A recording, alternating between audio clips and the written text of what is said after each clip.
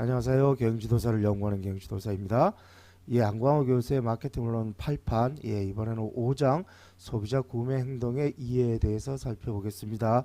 총 4가지 절로 구성이 되어 있는데요. 소비자 구매 행동의 유형, 구매의사 결정 과정, 그리고 구매의사 결정에 영향을 미치는 요인들, 그리고 B2B 시장, 산업시장이죠. 산업시장에서의 구매 행동, 이 4가지 절에 대해서 살펴보도록 하겠습니다. 먼저 소비자 구매 행동의 유형 그래가지고 고관여 구매 행동은 복잡한 구매 행동, 인지 부조화, 부조화 감소 구매 행동 이 2가지를 설명하고 있고, 저가지 구매 행동은 습관적 구매 행동과 다양성 추구 구매 행동 이 2가지를 설명하고 있는데, 요게 요 내용입니다. 아셀이 1992년도에 얘기했던 요 4가지 구매 행동의 유형, 이게 2017년도에 출제가 됐던 내용입니다. 다만 이제 아셀이 얘기할 때는 요 상표간 차이가 크냐 작냐 요거를 기준으로 요 4가지 구매 행동 유형을 정리를 했는데, 요 상표간 차이가 크냐 적냐 요거는 요 교재에서는 요 상표간 차이 설명은 빠지고 그냥 고관여 저관여 이렇게 구분을 해놓고 요 4가지를 설명을 해놓고 있습니다. 원래 오리지널은 상표간 차이에 따라 가지고 요 4가지를 구분을 해놓고 있습니다. 2017년도에 출제가 됐으니까 출제된 지 6년이 지났죠. 한번 다시 볼 필요는 있습니다. 일단 뭐 4가지 유형, 이거는 뭐 다들 아실 거라고 생각이 되니까 요거는 그냥 이렇게 설명드리고 넘어가도록 하고요. 그리고 이제 구매의사 결정 과정, 이거 모르시는 분은 없을 겁니다. 먼저 문제인식이죠. 문제인식인데 여기서는 필요인식이라고 써놓고 있습니다. 필요인식이라고 써놓고 있으면서 이제 그 욕구가 발생하는 그걸 설명하고 있는데, 소비자 행동론 교재에서의 문제인식은요, 욕구, 동기, 필요, 그리고 그게 궁극적으로 수요로 형성되는 이 일련의 과정을 문제인식으로 설명하고 있다. 그리고 또 문제인식의 유형이라는 것도 있다라는 거, 그런 것도 같이 정리를 해 두셔야 됩니다. 그리고 정보 탐색에는 내적 탐색, 외적 탐색, 이건 뭐 다 알고 계실 거고, 또 정보의 원천은 개인 원천, 상업 원천, 공공 원천, 경영 원천 이런 게 있죠. 이런 것도 다 알고 있을 거고, 그 다음에 이제 고려 상표군, 그리고 선택 집합.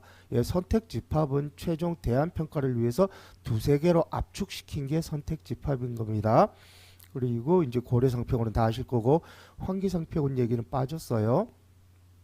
그리고 이제 대안평가에서 속성 묶음, 이거 다 알고 계시죠. 그리고 속성 중요도, 이게 부각된 속성이라는 얘기죠. 상표신념, 이거는 부각된 신념이라는 얘기고, 이것도 다 알고 계실 거고, 그리고 보상 모델, 비보상 모델, 그리고 이제 비보상 모델에는 결합 방식하고 분리 방식이고 2가지를 설명해 놓고 있습니다. 이거 말고도 전사 방식이라는 게 있고 또 순차 방식이라는 게 있다.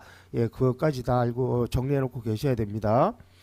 그리고 이제 구매의사 결정에서는 이제 그 구매의사 결정의 영향 요인 그래가지고 준거 집단의 영향, 그리고 상황적 영향, 요 2가지를 써놓고 있는데, 물론 맞습니다. 그런데 이 외에 이제 지각된 위험이라는 것도 있습니다.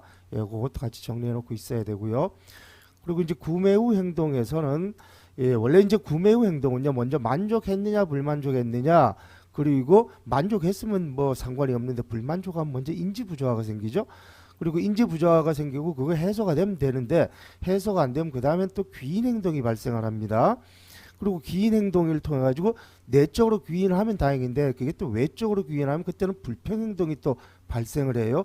이게 구매 행동의 일반적인 과정입니다. 그런데 여기서 이제 만족 불만족에 대해서 중요하게 봐야 될 게 올리버의 기대 불일치 모델이라는 게 있고 공평 이론이라는 게 있어요. 그래도 그 내용은 빠졌습니다.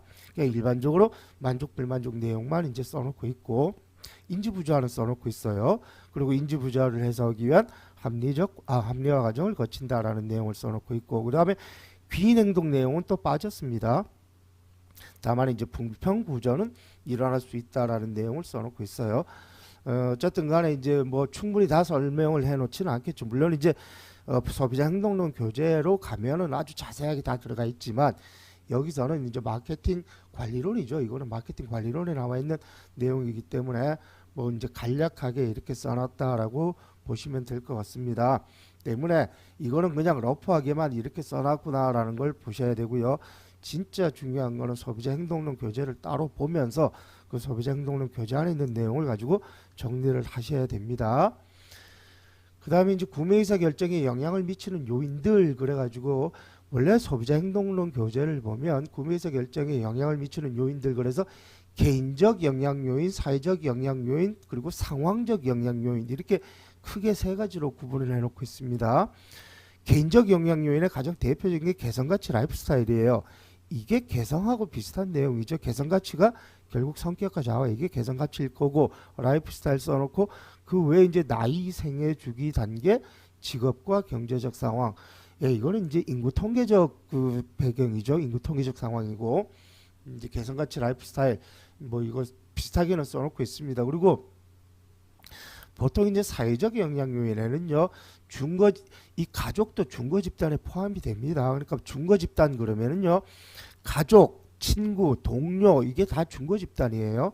그런데 이거는 여기서는 이제 중거 집단하고 가족을 이렇게 분리시켜 가지고 써놓고 있고요. 그리고 또 이 사회적 영향 요인이, 이 사회적 요인 안에 문화도 들어갑니다. 그래서 그 소비자 행동론 교재에 이제 사회적 영향 요인 그러면 준거 집단, 문화, 사회 계층을 다 통합시켜서 사회적 영향 요인으로 써놓고 있는데, 여기서는 사회적 요인으로 이렇게 해놓고 또 문화적 요인을 따로 뺐어요. 그런데 이거를 전부 다 사회적, 문화도 사회죠, 그죠? 문화나 사회나 매나 똑같은 내용이니까. 그래서 이 사회적 영향 요인은 크게 준거 집단, 가족을 포함한 준거 집단, 문화, 사회 계층, 이게 다 사회적 영향 요인이다. 그리고 추가로 상황적 영향 요인도 있다라는 거 같이 정리해 두셔야 됩니다. 그리고 이제 심리적 요인은, 이거는 전반적으로 앞부분에 나와 있는 내용이죠. 이건 정보 처리 과정을 얘기하는 겁니다. 예, 선택적 주의, 선택적 왜곡, 선택적 기억의 정보 처리 과정에서 나오는 지각적 선택, 지각적 방어, 지각적 통합화, 예, 이런 것들이 전부 다 이게 지각적 주의, 왜곡, 기억, 이게 그 얘기입니다.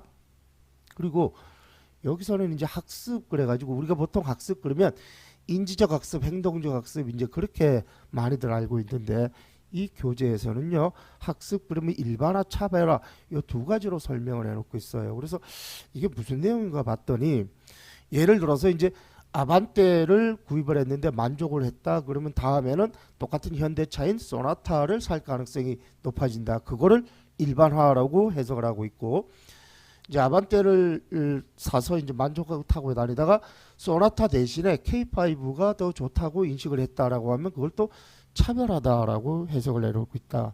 예, 이겁니다. 그러니까 학습에서 일반화와 차별화, 이 두 가지로 설명을 해놓고 있어요. 근데 그 근거는 그 어디 논문에서 그런 내용이 나왔는지 어쩐지 모르겠습니다만, 어쨌든 그렇게 간략하게 그렇게 써놓고 있는데, 글쎄요, 제가 봤을 때 그렇게 주의 깊게 봐야 될 내용은 아닌 거로 보여집니다. 다만 우리는 분명하게 학습 그러면 인지적 학습이 있고 행동적 학습이 있죠. 그거는 분명하게 정리를 해놓고 있어야 됩니다. 그리고 신념과 태도, 태도가 굉장히 중요하죠. 태도 관련된 이론도 10대까지가 됩니다. 예, 그것도 따로 정리를 해 놓고 계셔야 되고, 동기 이론도 있어요. 동기와 관련된 내용도 정리를 해 놓고 계셔야 됩니다. 그래서 소비자 행동론 교재에 보면은 이 정보 처리 과정을 별도의 챕터, 학습도 별도의 챕터, 태도도 별도의 챕터, 이렇게 전부 다 별도의 하나하나 챕터로 다 설명을 해놓고 있는데, 여기서는 그냥 뭉뚱그려 가지고 심리적 요인이 구매에서 결정에 영향을 미친다라고 써놓고 있으니까, 여기서는 그냥 일반적으로 러프하게 이렇게 써놨구나라고 이해를 하시면 될 것 같아요. 그 다음에 이제 B2B 시장, 이게 산업시장이죠. 산업시장에서의 구매 행동 이렇게 써놓고 있는데요. 전체적인 내용은 교재에 나와 있는 일반적인 내용과 거의 동일합니다. 먼저 이제 산업시장 구조와 수요, 예, 소수의 대량 구매죠. 그리고 예, 여기서는 이제 유도된 수요라고 쓰여져 있는데, 그게 파생 수요 얘기하는 겁니다. 뭐 다들 이 외에도 이제 결합 수요라는 것도 있고 수요 독과점이라는 것도 있고, 그렇죠. 예, 같이 정리해 두셔야 되고, 예, 가격의 비탄력적 수요, 이것도 당연한 겁니다. 그리고 이제 조직 구매 특정 그러면 다소와 참여하고 길고 복잡하고 전문적인 구매다, 이것도 다 쓰여져 있는 내용이고요. 그리고 이제 구매에서 결정 과정의 형태의 복잡한 구매에서 결정 과정을 거치게 됩니다. 여기 교재에 다 들어가 있는 내용이에요. 논술안비 교재. 그리고 이제 상호 의존적 관계가 형성돼, 즉 공급자 충성이 일어난다라는 얘기도 다 교재에 다 들어가 있는 내용이고요. 그 다음에 B2B 제품 구매 특징 그래서 이제 구매 결정 상황 그래놓고 이제 유형이라고 써놨는데 여기서는 상황이라고 이렇게 설명해 놓고 있어요. 신규 구매가 있고 이제 변형된 재구매라 그러는데 그게 수정 재구매입니다. 그리고 순수 재구매라 그러는데 그건 일반 단순 재구매라고. 그러니까 여타의 교재에 보면은 수정 재구매, 단순 재구매 이렇게 쓰여져 있는데 여기서는 변형된 재구매, 순수 재구매 이런 식으로 써놓고 있습니다. 구매의사 결정 참여자 그래서 사용자 영향력 행사자 구매자 의사결정 이제 다들 알고 계시죠. 다만 이제 이 게이트키퍼 지금 문지기라는 게 하나 더 들어간다라는 거 뭐 이것도 다들 알고 계신 내용이다라고 생각이 들고 교재도 다 이렇게 써놓고 있습니다. 그리고 구매의사 결정 과정 그래놓고 여기 보면 필요의 기술 그러니까 그 필요 디스크립션 필요를 일단 디스크립션을 하고 난 다음에 그거를 또 상세화시켜라 이렇게 해놨는데요. 이 두 가지가 결국 이게 뭐예요? 이게 결국 제품 명세서 안에 이게 다 들어가 있는 겁니다. 그래서 논술 300 교재 보면 제품 명세서를 작성하는 단계 그래서 써놨는데 이 결국 이게 이 두 개가 전부 다 제품 명세서 안에 다 들어가는 내용이에요. 그러니까 이거 제품 명세서 작성하는 단계다라고 이해하시면 되고 그 다음에 이제 공급 외부 탐색하죠. 이제 정보 탐색을 하는 거고 그 다음에 제안서, 견적서, 제안서 뭐 이런 거 요청하게 됩니다. 그리고 샘플 같은 거 요청할 수도 있죠. 그 다음에 이제 공급자를 선택을 하게 되고 그 다음에 뭐 주문 내용 명세서 그냥 계약서라 하면 되지 뭘 이렇게 내용을 복잡하게 뭐 주문 내용 명세서 그냥 주문 명세서라 그러든가 아니면 계약서라 그러든가 그러면 되지 난 처음에 주문 내용 명세서 그랬어 이게 뭔가 했더니 결국 그냥 계약서예요. 계약서. 그러니까 그 소비자 구매 행동은 계약서라는 게 필요가 없죠. 그런데 이 산업 제품에서는 아무리 사소한 볼트 하나도 계약서를 다 작성을 하게 되잖아요. 그래서 이제 계약서가 들어간다라는 거 그리고 나중에 성과 검토를 하게 된다라는 거 그 내용입니다. 그래서 여기 보시면 여기 신규 구매는요 이 단계를 다 거치는 게 신규 구매예요. 그리고 이제 변형된 재구매 또는 수정 재구매는 여기서 이제 요런 거 한두 개가 빠지는 게 이제 수정 재구매고 단순 재구매는요 여기서 바로 일로 넘어가는 거 이게 단순 재구매다라고 보시면 됩니다. 그리고 이제 생각해 볼 문제 그래서 이제 이런 문제들을 쭉 나열을 해 놓고 있는데 고관여 구매 행동과 저관여 구매 행동의 차이점. 요 교재에서는 고관여 구매 행동으로 복잡한 구매 행동하고 인지 부조화 구매 행동 그리고 저관여 구매 행동으로 습관적 구매 행동하고 다양성 추구 구매 그 두 가지씩만 이렇게 써놓고 있잖아요. 그런데 뭐 잘 아시다시피 소비자 행동 공부를 하신 분들은 이 차이점이 한두 개가 아니라는 거 다 알고 계실 겁니다. 차이점 나열하라 그러면은 뭐 한 두세 장도 부족할 정도로 차이점이 굉장히 많죠. 이 차이점이 어마무시하게 많다라는 것만 이해를 하셔도 충분히 공부를 하고 계신 거, 공부 잘하고 있는 겁니다, 지금. 그 다음에 습관적 구매 행동의 특징과 마케팅 촉진 활동체. 이거는요, 그 저관여 마케팅 믹스 그게 뭐냐, 그거를 한번 말해봐라. 그 내용이죠. 자, 저관여 마케팅 믹스. 그것도 다들 알고 계실 거라고 생각이 들고. 구매에서 결정 과정 각 단계에서 마케팅의 역할. 이거는 2019년도에 출제가 됐던 문제입니다. 2019년도에 이거 논술 30점짜리로 출제가 됐던 내용이에요. 논술 300 교재에 그 정답이 들어가 있으니까 교재 참고하셔가지고 정리를 하시면 되겠습니다. 구매에서 결정에 영향을 미치는 사회적 요인에는 어떤 것들이 있느냐. 요 교재에는 사회적 요인으로 준거 집단과 가족 이렇게만 적어놓고 있는데요. 다른 교재에는 사회적 요인에 준거 집단, 그러니까 가족을 포함한 준거 집단, 문화, 사회계층 이거를 다 사회적 요인으로 정리를 해놓고 있습니다. 특히 그 중에서 최근에 문화 중에서도 하위 문화에 대한 내용을 상당히 많이 적고 있어요. 하위 문화 중에서도 특히 연령별로 하위 문화 이거를 상당히 중요하게 적어놓고 있습니다. 때문에 논술 300 교재에서도요 연령별 하위 문화에 관한 내용을 많이 적어놓고 있습니다. 그 외에도 연령별 하위 문화가 있고 성별 하위 문화가 있고 지역별 하위 문화가 있고 그래요. 그러니까 최근 교재의 경향이 이 하위 문화에 대해서 왜 집단 구매 성향이 지금 많이들 나타나고 있잖아요. 그러니까 이 집단적 가치를 추구하는 집단 구매 성향이 최근에 많이 일어나고 있고, 이러한 집단 구매 성향에 직접적인 영향을 미치는 게 이 하위 문화 때문에 그렇습니다. 친구 사니까 나도 같이 산다. 예, 이런 거죠. 그래서 이 하위 문화를 좀 자세히 봐두시는 게 좋지 않느냐. 예, 최근 교재에 이 하위 문화를 많이 집중적으로 써놓고 있습니다. 물론 그렇다고 해서 하위 문화만 공부를 하시라는 건 절대로 아니에요. 여타 가족을 포함한 중거 집단, 그리고 하위 문화뿐만 아니라 문화에 대한 전반적인 내용, 그리고 사회계층까지 폭넓게 다 알고 계셔야 됩니다. 그리고 혼수용 가구 구매와 사무용 가구 구매에서의 구매의사 결정 과정상의 차이점. 둘 다 조직 구매죠. 예, 혼수용 가구는 당연히 조직 구매일 거고, 사무용 가구도 뭐 혼자 산다라고 하면 개인 구매겠지만 회사에서 구매를 한다라고 하면 이것도 조직 구매일 겁니다. 자, 그러면 둘 다 조직 구매예요. 그러면 무슨 차이가 있겠습니까? 뭐 제가 판단했을 때는 이겁니다. 사용자가 다를 거고, 의사결정자가 다를 거고, 구매자가 다를 거고, 예, 그리고 이제 뭐 그 뭡니까, 게이트키퍼가 다를 거고, 예, 이러겠죠. 영향력 행사자가 또 다를 거고, 예, 그런 그 각각의 역할, 그 참여자의 각각의 역할들이 다르지 않을까라는 게 제 생각입니다. 아마 뭐 또 다르게 생각하는 분도 계시겠죠. 한번 각자 한번 생각을 해보시기 바라겠습니다. 그리고 이제 신규 구매, 수정 재구매, 단순 재구매 각각의 특성. 아까 말씀드렸죠. 신규 구매는 구매에서 결정 과정을 다 거치는 게 신규 구매다. 수정 재구매는 한두 개 단계가 빠지는 게 수정 재구매고, 단순 재구매는 왕창 건너뛰는 게 단순 재구매다. 예, 신규 구매는요, 장치 설비 살 때, 이때가 이제 신규 구매예요. 아니면 이제 최초로 뭘 살 때, 이때가 신규 구매고, 수정 재구매는요, 예를 들어서 자재 부품 같은 거 이제 이거 변형할 때, 요때 이제 수정 재구매 형태로 나타나고, 단순 재구매는요, 이제 그 산업 소모품 또는 단순 서비스품 이런 것들을 이제 단순 구매할 때, 요때 단순 재구매 형태로 많이 나타나게 됩니다. 그리고 이제 마지막 문제로 B2B 시장에서 특정 제품을 예로 들어 구매센터 구성원들의 구성과 역할은 어떻게 되는지 한번 논해봐라 그랬는데, 참고로 여기 구매센터가요, 이게 구매 부서를 얘기하는 게 아닙니다. 구매 부서를 얘기하는 게 아니라 이제 예를 들면 구매 태스크포스 팀을 얘기한다라고 볼 수가 있어요.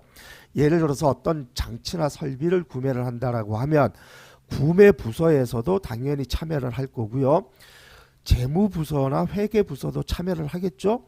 연구부서에서도 사람이 참여할 거고, 뭐 생산부서에서도 올 거고, 기타 이제 뭐 영업이나 마케팅 부서에서도 참여할 거고, 이 각각의 부서에서 사람들이 참여를 해가지고 각자들의 의견을 얘기를 할 거예요.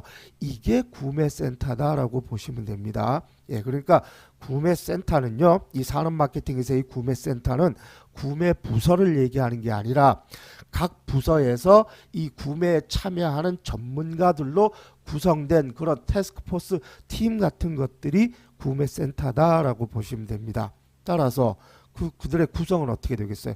각각의 부서에서 관련된 부서에서 사람들이 참여하겠죠. 그리고 각각의 역할은 뭐가 되겠습니까?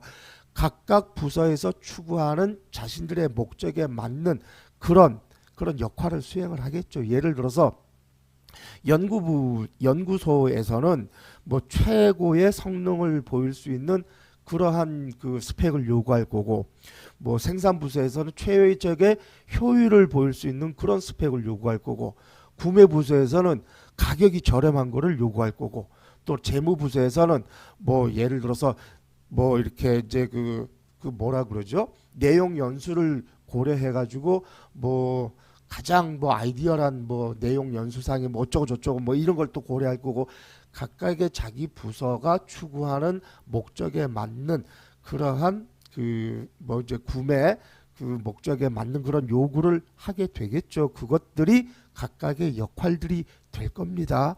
예, 무슨 말인지 이해가 되시겠죠? 그게 구매센터 구성원들의 역할입니다. 그래서 이 이 구매 그러니까 조직 구매 그 모델 가장 대표적인 모델이 웹스터 윈드 모델인데요. 이 웹스터 윈드 모델을 보면은요 크게 네 가지 영역이 있는데 특히 그 중에서도 그 부서가 추구하는 가치와 개인이 추구하는 가치의 역할이 굉장히 큽니다. 그러니까 이 구매를 통해서 이 그러니까 그 조직에 소속된 개인 스스로가 추구하는 목적이 있겠죠. 개인적인 목적이 있을 거고 또 그 소속된 조직이 추구하는 목적이 있을 거고 그리고 자기가 소속된 부서가 추구하는 목적이 있을 거예요. 그렇죠. 그러니까 기업의 목적이 있을 거고 자기 부서의 목적이 있을 거고 또 자기 개인의 목적이 있을 거예요. 이런 것들이 막 상충하고 또 조율되고 이런 것들이 구매센터 조직 구매 의사결정 과정에서의 갈등과 타협으로 나타난다라는 게 그게 웹스터 윈드 모델입니다. 결국 구매센터에서의 구매 과정에서의 복잡한 과정도 결국 그러한 과정이다라고 보시면 되는데 자 시험을 위해서는 필요가 없겠죠. 이런 내용 같은 경우는 그래서 뭐 전체적으로 한번 쭉 보시면 좋은데 제가 봤을 때 이 B2B 시장 같은 경우는 사실 문제가 나오긴 나와야 돼요. 그런데 나오긴 나와야 되는데 이런 문제보다는 산업 마케팅의 특징 산업 마케팅이 소비자 마케팅과 어떤 차이점을 보이느냐 그 정도는 좀 정리를 해 두실 필요가 있다라고 보여집니다. 그래서 그 산업 마케팅의 일반적인 특징 정도까지만 보시고 이런 것까지는 안 보셔도 될 것 같아요. 나머지는 한번 개략적으로 한번 봐 보시기를 바라고요.